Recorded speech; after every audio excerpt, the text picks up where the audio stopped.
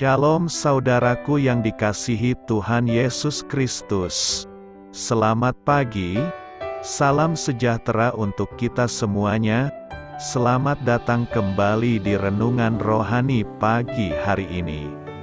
Semoga saudara yang terkasih dalam keadaan sehat selalu. Kiranya damai dan sukacita Roh Kudus melimpah di dalam hati dan pikiran saudara saat ini. Sebelum kita mulai renungan pagi ini, marilah kita bersama-sama berdoa. Tuhan Yesus, terima kasih sudah membangunkanku pagi hari ini. Terima kasih atas penyertaan dan perlindungan Tuhan. Semua karena karunia Tuhan aku dapat bangun dengan pagi hari ini. Aku menyerahkan seluruh aktivitasku hari ini ke dalam kuasa tangan Tuhan. Jauhkanku dari yang jahat, ya Tuhan. Tuhan Yesus, tolong lindungi dan berkati aktivitasku hari ini. Tolong berkati juga keluarga dan teman-temanku, Bapa Surgawi, oleh karya Roh Kudus. Tolonglah aku untuk menjauhi segala sesuatu yang melukai hati-Mu.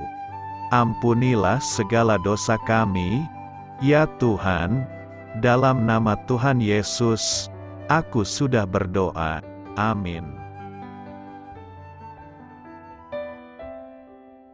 Sahabat saudara rohani, pembacaan ayat emas Alkitab renungan kita hari ini terambil dari 2 Timotius 1 ayat 3 sampai dengan ayat 9. Aku mengucap syukur kepada Allah, yang kulayani dengan hati nurani yang murni seperti yang dilakukan nenek moyangku, dan selalu aku mengingat Engkau dalam permohonanku, baik siang maupun malam. Dan apabila aku terkenang akan air mata-Mu yang Kau curahkan, aku ingin melihat Engkau kembali supaya penuhlah kesukaanku, sebab aku teringat akan iman-Mu yang tulus ikhlas, yaitu iman yang pertama-tama hidup di dalam nenekmu Lois dan di dalam ibumu Yunike, dan yang aku yakin hidup juga di dalam dirimu. Karena itulah kuperingatkan engkau untuk mengobarkan karunia Allah yang ada padamu oleh penumpangan tanganku atasmu.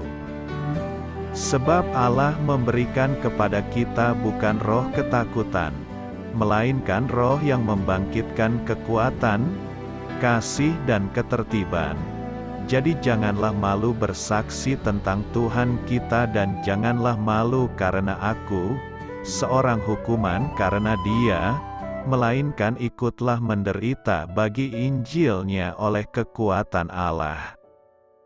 Dialah yang menyelamatkan kita dan memanggil kita dengan panggilan kudus, bukan berdasarkan perbuatan kita, melainkan berdasarkan maksud dan kasih karunia-Nya sendiri, yang telah dikaruniakan kepada kita dalam Kristus Yesus sebelum permulaan zaman. 2 Timotius 1 ayat 3 sampai dengan ayat 9. Inti dari ayat emas renungan kita adalah: Aku teringat akan iman-Mu yang tulus ikhlas, yaitu iman yang pertama-tama hidup di dalam nenekmu Lois dan di dalam ibumu Yunike. Mari kita mulai renungan pagi kita. Judul renungan kita hari ini adalah Warisan Iman, ditulis oleh Lisa M. Samra. Kisah inspiratif. Pada tahun 2019, sebuah penelitian mengenai warisan rohani terhadap umat Tuhan di Amerika Serikat mengungkapkan bahwa para ibu dan nenek memiliki pengaruh yang sangat penting terhadap perkembangan rohani seseorang. Hampir 2/3 dari responden menyatakan diri mereka mewarisi iman dari ibu mereka, dan 1/3 lagi mengaku bahwa nenek dan kakek, biasanya nenek, juga sangat berperan. Penulis laporan mencatat, berulang kali, Kami menemukan penelitian ini menegaskan pengaruh jangka panjang para ibu dalam pertumbuhan rohani. Pengaruh ini juga kita temukan dalam kitab suci. Dalam surat kepada Timotius, anak rohaninya, Paulus mengakui bahwa iman Timotius diteladankan oleh Lois, neneknya, dan Eunike, ibunya. 2 Timotius 1 ayat 5, sungguh indah melihat pengaruh kedua perempuan itu dalam kehidupan salah seorang pemimpin gereja mula-mula. Pengaruh mereka juga dapat dilihat dalam dorongan Paulus kepada Timotius. Hendaklah engkau tetap berpegang pada kebenaran, karena dari kecil engkau sudah mengenal kitab suci. Warisan rohani yang kuat adalah anugerah berharga. Namun, seandainya pun semasa kita dibesarkan, tidak ada orang yang memberikan pengaruh positif dalam hidup kita, seperti yang telah membentuk iman Timotius. Kemungkinan masih ada orang lain dalam hidup kita yang berpengaruh besar dalam membentuk perkembangan rohani kita. Yang lebih penting, kita semua mempunyai kesempatan untuk memberikan teladan iman yang tulus dan meninggalkan warisan abadi kepada orang-orang di sekitar kita. Amin. Marilah kita renungkan di dalam hati kita. Siapa yang memberikan pengaruh signifikan terhadap perkembangan rohani Anda? Apa yang dapat Anda lakukan untuk menguatkan iman orang lain? Hal ini patut kamu ketahui, sebab aku teringat akan imanmu yang tulus ikhlas, yaitu iman yang pertama-tama hidup di dalam nenekmu Lois dan di dalam ibumu Eunike, dan yang aku yakin hidup juga di dalam dirimu. 2 Timotius 1 ayat 5, pengalaman bersama dengan orang tua yang paling saya syukuri di dalam hidup saya adalah pengalaman saat saya memasuki masa persiapan pendidikan kependetaan setelah lulus. Pada masa itu, saya merasa ingin kabur, menyerah dan berhenti dari proses kependetaan. Sebagai seorang fresh graduate, itulah kali pertama saya harus tinggal jauh dari orang tua selama rentang waktu yang panjang dan tidak dapat pulang ke rumah. Masa-masa itu adalah masa-masa berat bagi saya. Saya harus berjuang dengan realita yang tidak sesuai dengan idealisme, ditambah lagi dengan berbagai kritikan yang pedas serta pengalaman kesepian di kota asing. Namun, di masa berat itu, peran kedua orang tua saya sangat besar. Mereka memberi dukungan kepada saya setiap hari melalui telepon dan doa-doa yang mereka panjatkan. Saya ingat, mama saya menangis di telepon dan papa saya berusaha memberikan dukungan dengan berkata, "Kamu kenapa? Kamu anak papa yang kuat." Pengalaman itu membekas di hati saya. Bagi saya, papa dan mama saya adalah mentor spiritual. Mereka membagikan kisah-kisah perjuangan mereka di masa muda. Mereka membagikan kisah iman mereka saat mereka percaya Tuhan Yesus beserta dengan mereka di setiap masa sukar. Dalam renungan ini, kita bicara tentang salah satu nilai yang ada dalam pelayanan intergenerasional, yakni menjadi mentor spiritual bagi generasi yang berbeda dengan generasi kita. Di dalam Alkitab, kita tentu mengenal siapa Timotius. Timotius adalah orang muda yang dipercaya oleh Tuhan untuk memimpin dan melayani umatnya. Sebagai pemimpin yang masih muda, tentu saja ia mendapatkan banyak tantangan sehingga Paulus memberikan nasihat kepadanya. Jangan seorang pun menganggap engkau rendah karena engkau muda.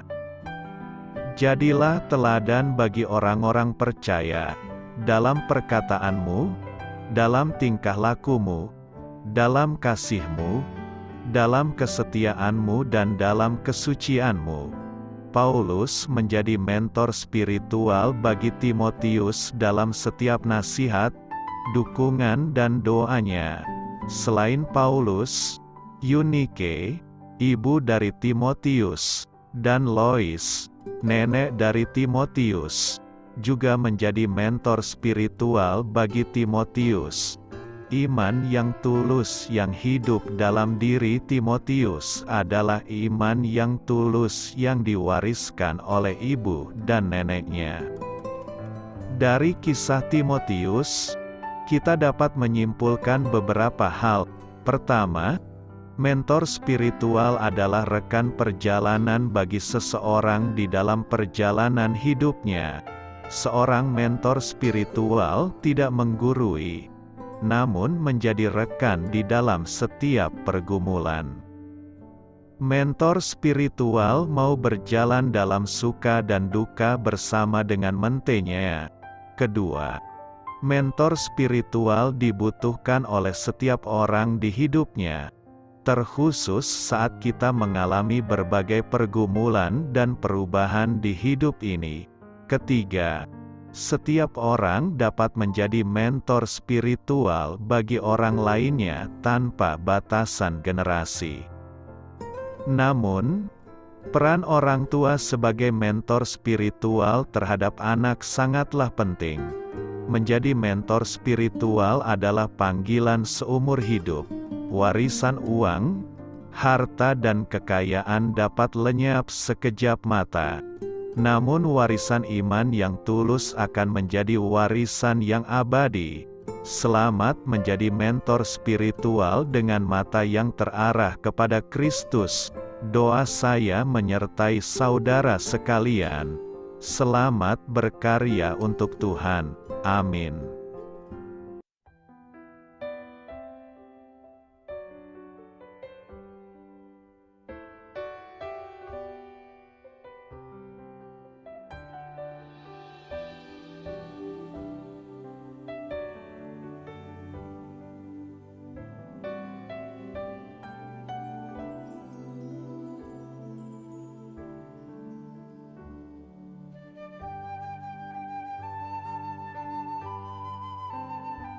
Marilah kita renungkan sahabat saudara rohani.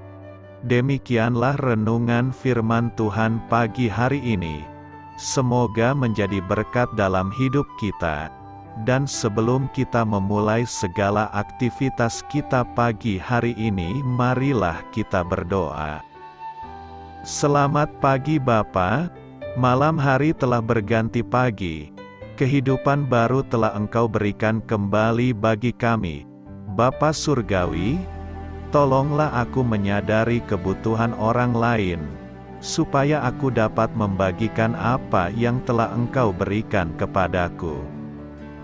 Pada saat aku membutuhkan, berilah aku keyakinan bahwa Engkau akan mencukupkanku, melalui orang-orang yang mengasihi-Mu, bukan karena kami pantas atau layak, namun karena kasih karunia-Mu kami boleh ada, sebagaimana kami ada di pagi hari ini. Terima kasih Tuhan, atas kesempatan baru yang telah Tuhan berikan kepada kami, untuk bisa memperbaiki diri agar kami bisa lebih layak di hadapan-Mu. Hari ini kami serahkan semua perkara dan kesulitan yang akan kami lalui ke dalam tangan-Mu. Biarkanlah kami bisa memuliakan-Mu dalam segala aktivitas yang akan kami lakukan. Amin. Biarlah firman Tuhan menjadi pengingat untuk kita semua, bahwa tuntunan dari Roh Kudus akan selalu memberi jalan keluar bagi setiap permasalahan hidup kita, dan memberi kedamaian di hati kita. Sampai jumpa di renungan pagi saudara rohani berikutnya. Kiranya Tuhan selalu memberkati saudara semua hari ini. Amin. Shalom.